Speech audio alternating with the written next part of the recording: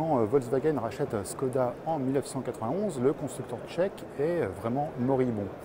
Un petit peu à l'image de toute l'industrie de l'ancien bloc de l'Est. Il est à bout de souffle et pourtant maintenant il se porte très très bien. Les ventes sont au beau fixe, les modèles évidemment n'ont plus rien à voir avec cette période-là. Et justement, cette période qui est comprise entre le lendemain de l'après-guerre et l'effondrement du mur, a un petit peu occulté l'histoire de Skoda, qui est une histoire riche et qui ne commence pas justement sous la période communiste. Skoda a 125 ans.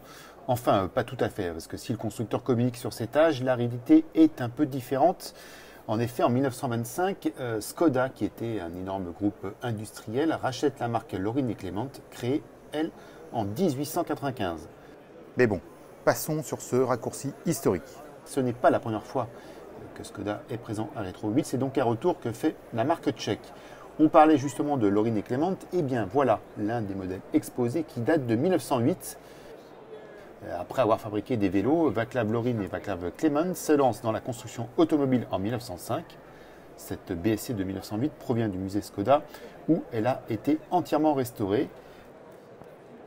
Cet exemplaire avait été profondément transformé en 1957 pour un film sorti sur les écrans tchèques.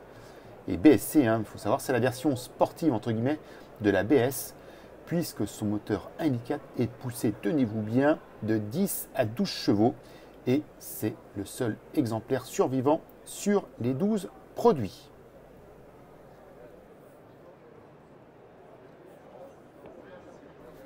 Le sport automobile n'était pas totalement absent dans le bloc de l'Est. La preuve avec cette barquette basée sur la Skoda 1101 Tudor qui a participé à l'édition 1950 des 24 heures du Mans. Pilotée par Václav Bobek et Jaroslav Netuzil, elle a abandonné après 13 heures de course. Mais le grand fait d'armes de Skoda en sport auto reste le rallye de Monte-Carlo 1977, lorsqu'une 130 RS se classe 12e au général et premier de sa catégorie.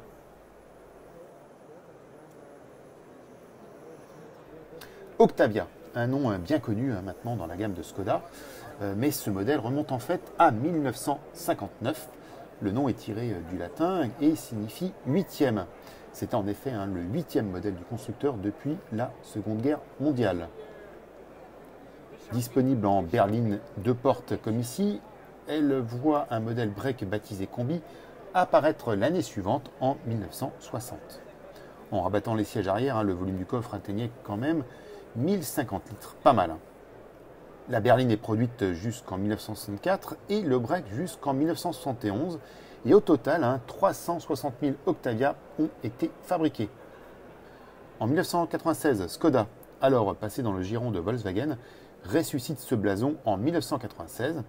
Et aujourd'hui, Skoda a produit 7 millions d'exemplaires de ce modèle. Et ce chiffre va encore croître puisque la toute nouvelle génération, la 4e, arrive prochainement dans les concessions.